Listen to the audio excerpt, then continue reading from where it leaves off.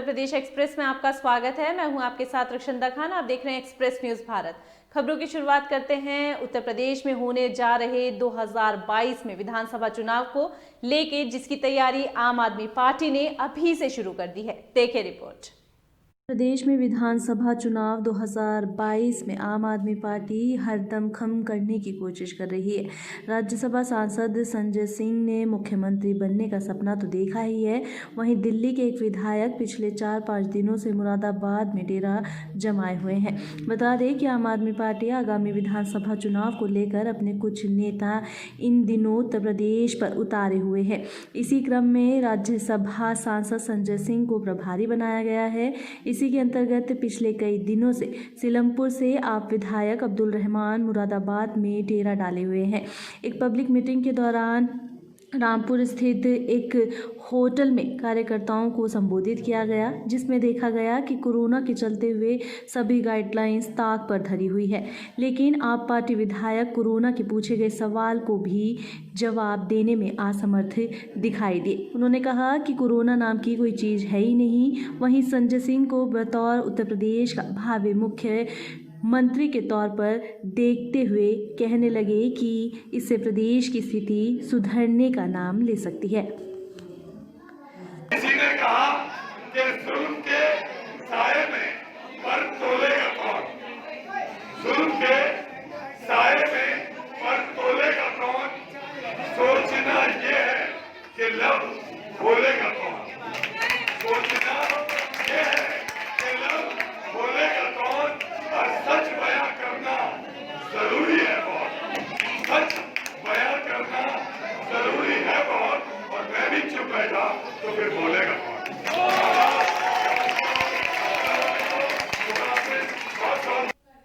तो वहीं मुरादाबाद में प्रेम प्रसंग के चलते एक युवती ने आत्महत्या कर ली। बताया जा रहा है कि युवती ने जहरीली दवाई खाई है। देखिए रिपोर्ट।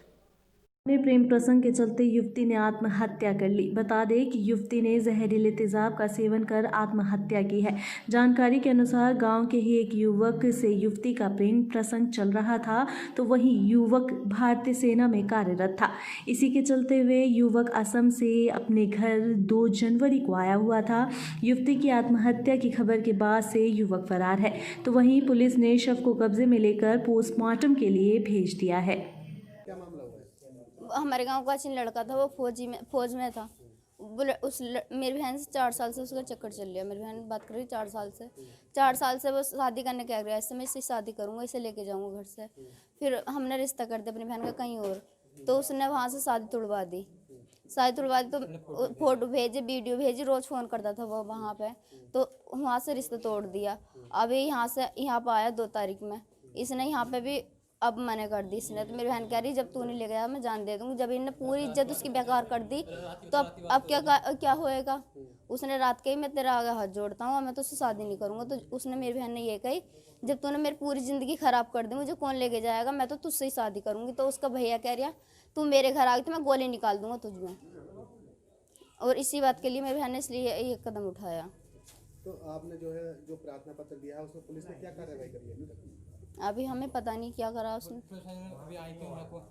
उसके भाई को लेके गई है बस, छोटे वाले को। वो लड़का भी हाथ नहीं आया, घर के कह रहे हैं बाहर चला गया, पर वो अभी गांव में ही है।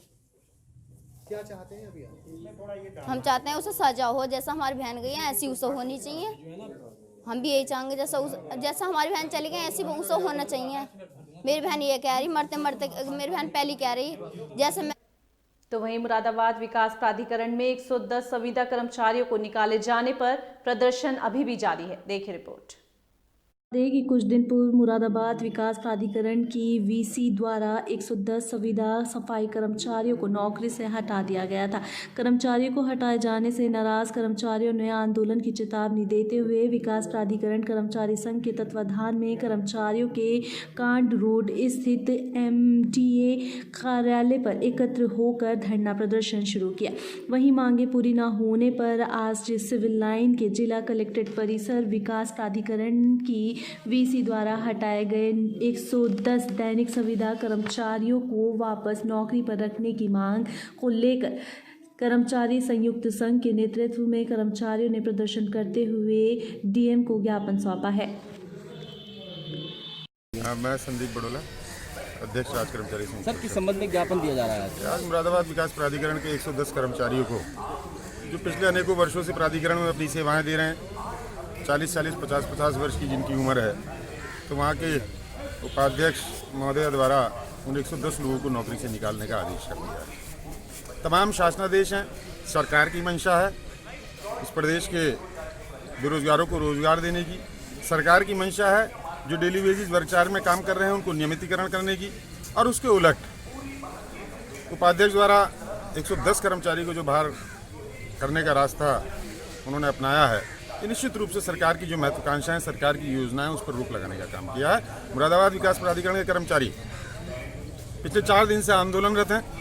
आज राज्य कर्मचारी संयुक्त परिषद ने भी उनको समर्थन दिया और तमाम कर्मचारी संगठन उनको अपना समर्थन दे रहे हैं। मैं स्पष्ट रूप से, हमने जिलाधिकारी महोदय को और आयुक्त महोदय को आज ज्ञापन दिया है और स्पष्ट रूप से कहा है कि अगर जल्दी 110 कर्मचारियों की सेवाओं को बहाल नहीं किया गया तो इस मुरादाबाद के समस्त राज्य कर्मचारी, निगम कर्मचारी, सफाई कर्मचारी, सारे राज्य कर्मचारी और शिक्षक वगैरह मिलकर एक बहुत बड़ा आंदोलन की भूमिका इसमें कराएंगे, लेकिन 110 कर्मचारियों की सेवाओं को समाप्त नहीं होने दिया जाएगा, ये स्पष्ट रूप से अधिकारियों को बता दिया गया है। माननीय आयुक्त महोदय ने, माननीय जिलाधिकारी महोदय ने, उनका रुख निश्चित रूप से बहुत सराहनीय रहा, सकारात्मक रुख रहा और उन्हें आश्वासन दिया है कि वो इस पर कोई कार्रवाई अवश्य करेंगे। मेरा भी माननीय आयुक्त महोदय से, माननीय जिलाधिकारी महोदय से ये अनुरोध है कि 110 घरों के चूल्हे बंद नहीं होने चाहिए, उनके साथ उनके परिवार के तमाम लोग जुड़े हुए हैं, उनका भविष्य अंधकारमय हो जाएगा, उनके पास 50 वर्ष की उम्र में कोई जीविका चलाने का दूसरा साधन नहीं होगा।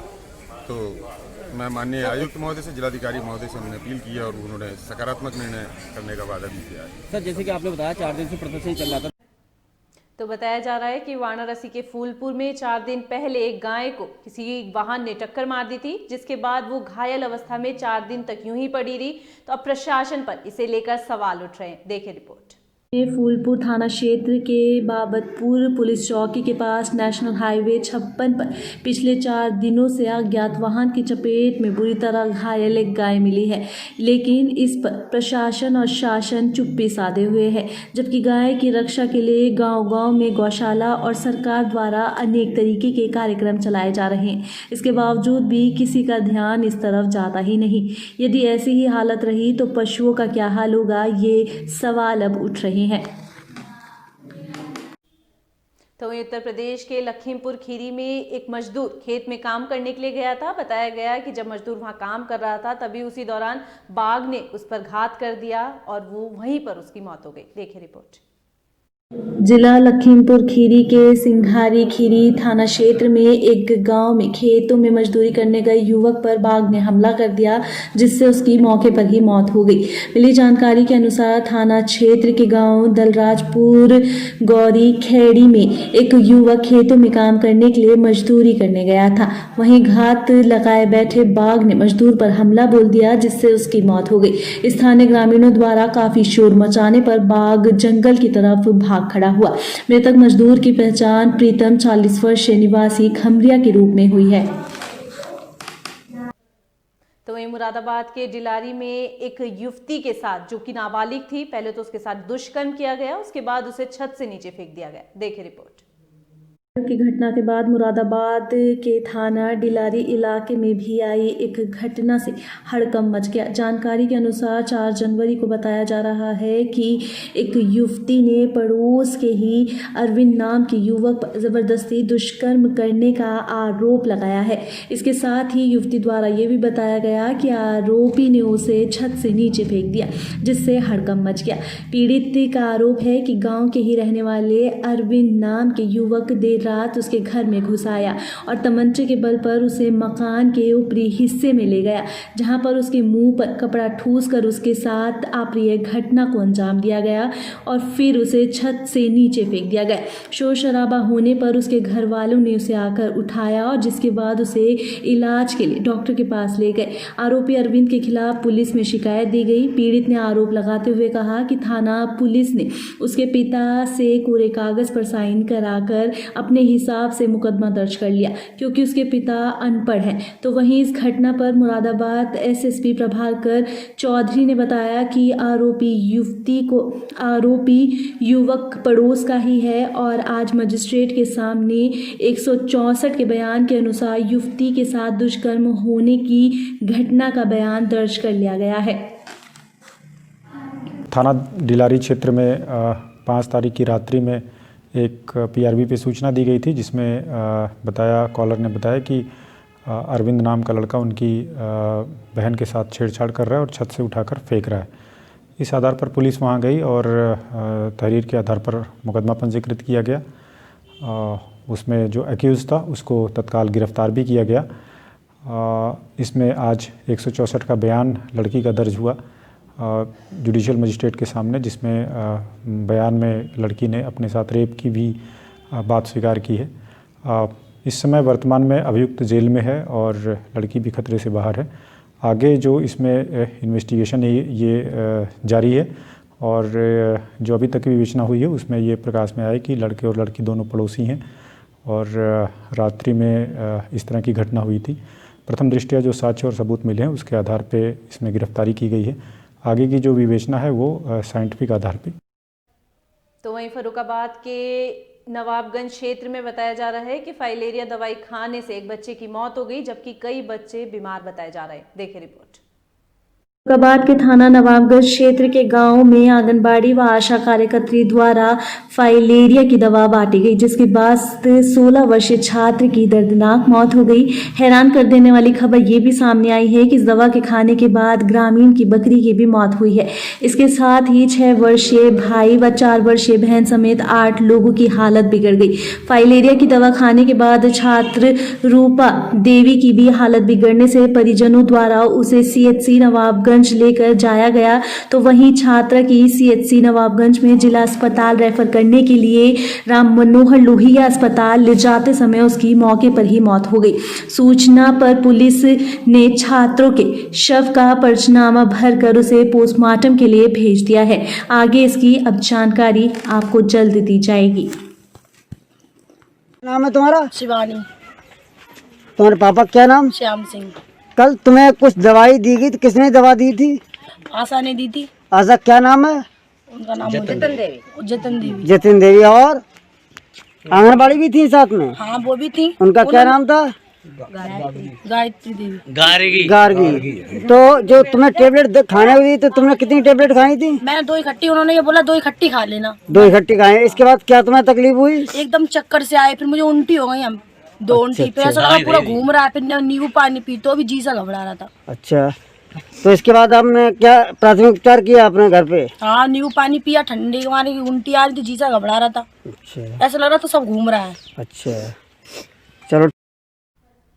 तो वहीं उत्तर प्रदेश में जब योगी आदित्यनाथ सरकार बनी थी तो उनके द्वारा दावा किया गया था कि 15 जून तक प्रदेश के जितने भी सड़कें हैं वो गड्ढा मुक्त हो जाएगी, लेकिन अभी तक जब साल खत्म होने वाले हैं धरातल पर ऐसा होता दिखाई नहीं दिया है। खबर मुरादाबाद से है जहां पे आप स्क्रीन पर देख सकेंगे कि किस तरीके से सड़कों पर गड्ढे और आम जनता परेशान है। देखिए रिपोर्ट। प्रदेश में बीजेपी सरकार बनने के बाद मुख्यमंत्री योगी आदित्यनाथ ने 15 जून तक सड़कों के गड्ढे को मुक्त करने का दावा किया था, लेकिन मुरादाबाद में यह दावे कितने पूरे हो रहे हैं इसकी जानकारी आपको इन सड़कों की हालत से लग सकती है। गड्ढा मुक्त सड़कों की घोषणा होने के बाद भी मुरादाबाद के गुड़िया मोहल्ले वार्ड नंबर 56 का नज़ारा आप स्क्रीन पर देख रहे हैं। बता दें कि टूटे हुए गड्ढों में बरसात का पानी भर जाता है जिसके कारण बच्चे और बुजुर्ग इन गड्ढों में शिकार बन जाते हैं, जिसके कारण कई लोगों को चोट भी आती है। बरसात में सड़कों का हाल इस कदर बेहाल हो जाता है कि अंजाम के लिए आम जनता इसका भुगतान देती है। तो वहीं क्षेत्रवासियों की माने तो उन्होंने कई बार इसकी शिकायत नज़दीकी पार्षद से दी, लेकिन समस्या का अभी तक कोई समाधान नहीं निकल सका। क्या नाम आपका? विनीत रस्तोगी। विनीत जी, कौन सी दुकान है आपकी? ये मेरी ज्वेलर्स का काम है, विनीत ज्वेलर्स है। अच्छा, ये क्या हो रहा है यहाँ पर? यहाँ जब से सीवर लाइन पड़ी है, जब से यहाँ की रोड टूटी पड़ी है और जो है लोग आप फिसल रहे हैं खूब। गड्ढा है यहाँ पर। गड्ढा है दुकान के आगे मेरी। एक तरफ जहाँ योगी सरकार गड्ढे मुक्त कराने की बात कर रही है, दूसरी तरफ गड्ढे, किसकी लापरवाही मानते हैं ये प्रशासन की लापरवाही है। और पार्षद क्या कर रहा है यहाँ पर? पार्षद के पास हम कल गए थे, लेकिन उन्होंने अभी तो कोई जवाब नहीं आया है। पार्षद कमर्शियली में यहाँ के। वार्ड नंबर कौन सा है? 56 है। शिकायत करी थी आपने इसकी? हाँ, हम कल गए थे उनके पास, 4-5 जने मिलके गए थे। वो कह रहे थे हम आएंगे, रिपोर्ट भेजेंगे, लेकिन अभी तक कोई नहीं आया है। कोई देखने नहीं आया ना। कौन सा मोहल्ला है? बाजीग्रान स्ट्रीट। तो वहीं बदायूं में 50 वर्षीय महिला के साथ मंदिर में गैंगरेप हुआ। उसके बाद अब आम आदमी पार्टी आवाज उठा रही है कि जल्द से जल्द महिला को इंसाफ दिलाया जाए। देखिए रिपोर्ट। मंदिर परिसर में 50 वर्षीय महिला के साथ गैंगरेप की घटना उच्च स्तरीय जांच कराने को लेकर आम आदमी पार्टी ने मांग की थी। साथ ही एक ज्ञापन भी उत्तर प्रदेश के राज्यपाल को भेजा गया था। प्रदेश में बढ़ते अपराधों पर अंकुश लगाने के लिए प्रदेश सरकार द्वारा कोई ठोस कदम नहीं उठाया गया, जिसका जीता जागता सबूत बदायूं मंदिर परिसर में 50 वर्षीय महिला के साथ हुए गैंगरेप और हत्या के मामले से देखा जा सकता है, जिसको लेकर आम आदमी पार्टी के जिलाध्यक्ष हाजी जाकिर हुसैन के नेतृत्व में जिला इकाई द्वारा पूरे प्रदेश में प्रदेश सरकार के खिलाफ प्रदर्शन करके उत्तर प्रदेश के राज्यपाल को एक ज्ञापन दिया गया है। ज्ञापन में मांग की गई है कि प्रदेश में फैलते भ्रष्टाचार अपराधों को रोकने के लिए प्रदेश सरकार द्वारा कोई ठोस कदम नहीं उठाए जा रहे हैं। यही एक उदाहरण बदायूं मंदिर परिसर में 50 वर्षीय महिला के साथ हुए घटना का उच्च स्तरीय जांच कराने की मांग को लेकर भी किया जा रहा है। उत्तर प्रदेश के प्रभारी माननीय संजय सिंह जी के निर्देश पर प्रत्येक जिले में महिलाओं के उत्पीड़न को लेकर के आम आदमी पार्टी के कार्यकर्ता जिलाधिकारी के माध्यम से ज्ञापन देने जा रहे हैं। और इसका एक ही मकसद है कि उत्तर प्रदेश में विगत 4 सालों से जिस तरीके से महिलाओं का उत्पीड़न हो रहा है, अभी परसों का प्रकरण है बदायूं में एक महिला के साथ जो एक मंदिर में पूजा अर्चना के लिए जा रही थी, उसके साथ साथ नृशंस हत्या की गई, बलात्कार किया गया। आम आदमी पार्टी का प्रत्येक कार्यकर्ता ऐसे कृत्य की घोर निंदा करता है, भर्त्सना करता है और योगी सरकार से मांग करता है कि आखिर कब तक आप जो है हाथ में हाथ धरे बैठे रहेंगे। आप अपने आप को अंतर्राष्ट्रीय स्तर पर नेता घोषित करने पे तुले हुए हैं और आपको प्रदेश की जनता का कोई ख्याल नहीं रह गया है। प्रदेश की महिलाएं असुरक्षित हैं। अभी भोजपुर में कल एक कांड हो गया है। लगातार पूरे प्रदेश में हर जिले में बलात्कार हो रहे हैं, महिलाओं को मारा जा रहा है, उनका शरीर छत विच्छित किया जा रहा है। लेकिन आप जो है रोज नए सर्कुलर पास कर रहे हैं, लेकिन कोई उत्पीड़न को लेकर के आपने अब तक कोई भी ठोस कदम नहीं उठाया है। इसलिए आम आदमी पार्टी का प्रत्येक कार्यकर्ता आज माननीय संजय सिंह जी के निर्देश पर कचहरी पर प्रदर्शन करते हुए ज्ञापन देने की तैयारी हम लोग कर रहे हैं, ज्ञापन देने जा रहे हैं। क्या मांगे हैं? हमारी मांगे हैं कि तत्काल। तो वहीं आगरा में भी बर्ड फ्लू को लेकर जानकारी दी गई है। आपको बता दें कि बताया जा रहा है कि सभी ग्रामीणों को इसके बारे में जानकारी दी गई। किसी भी तरीके से अगर इस तरीके के पक्षी मिलते हैं जिसपे बर्ड फ्लू के लक्षण दिखे तो सीधा वन विभाग को सूचित किया जाए। साथ ही वन विभाग ने भी एडवाइजरी जारी की। देखिए रिपोर्ट। आगरा में भी बर्ड फ्लू को लेकर हाई अलर्ट जारी है। पक्षियों में फैल रहे बर्ड फ्लू को लेकर चंबल सुनचेरी में वन विभाग अलर्ट पर है। बता दें कि वन विभाग गाइडलाइंस जारी की गई है, जिसमें वन विभाग के उच्च अधिकारियों के आदेश पर चंबल क्षेत्र में हाई अलर्ट जारी किया गया है, जिसमें वन कर्मियों को निर्देशित किया गया कि आसमान में उड़ान भरने वाले, साथ ही चंबल क्षेत्र में इन दिनों पहुँचने वाले देशी विदेशी प्रवासी पक्षियों पर विशेष नज़र रखी जाए। इसके साथ ही विशेष समिति बनाकर ग्रामीणों को भी इसकी जानकारी दी गई है। कहा गया है कि बीमार पक्षी मिलने पर तत्काल वन कर्मियों को सूचित किया जाए। बर्ड फ्लू को लेकर चंबल में वन विभाग की क्या गाइडलाइन जारी है? बर्ड फ्लू का जो फैला है उसका हाई अलर्ट कर दिया गया है, जिसमें ऊपर से उच्च अधिकारियों से निर्देशन मिले हैं। चंबल सेंचुरी चंबल नदी पे स्टाफ को बता दिया गया है, सभी निगरानी रखें। कोई आसमान में पक्षी दिखाई देता है तो उसको तुरंत सूचना कंट्रोल रूम को दी जाए। ग्रामवासी जो चंबल सेंचुरी में जो ग्रामवासी हैं वो भी बड़े उत्साहित रहते हैं। जो हमारे प्रवासी पक्षी आते हैं उनको भी गांव-गांव बता दिया गया है कि कोई भी पक्षी बीमार अवस्था में या मिलता है तो तुरंत उसको वन विभाग को सूचित किया जाए।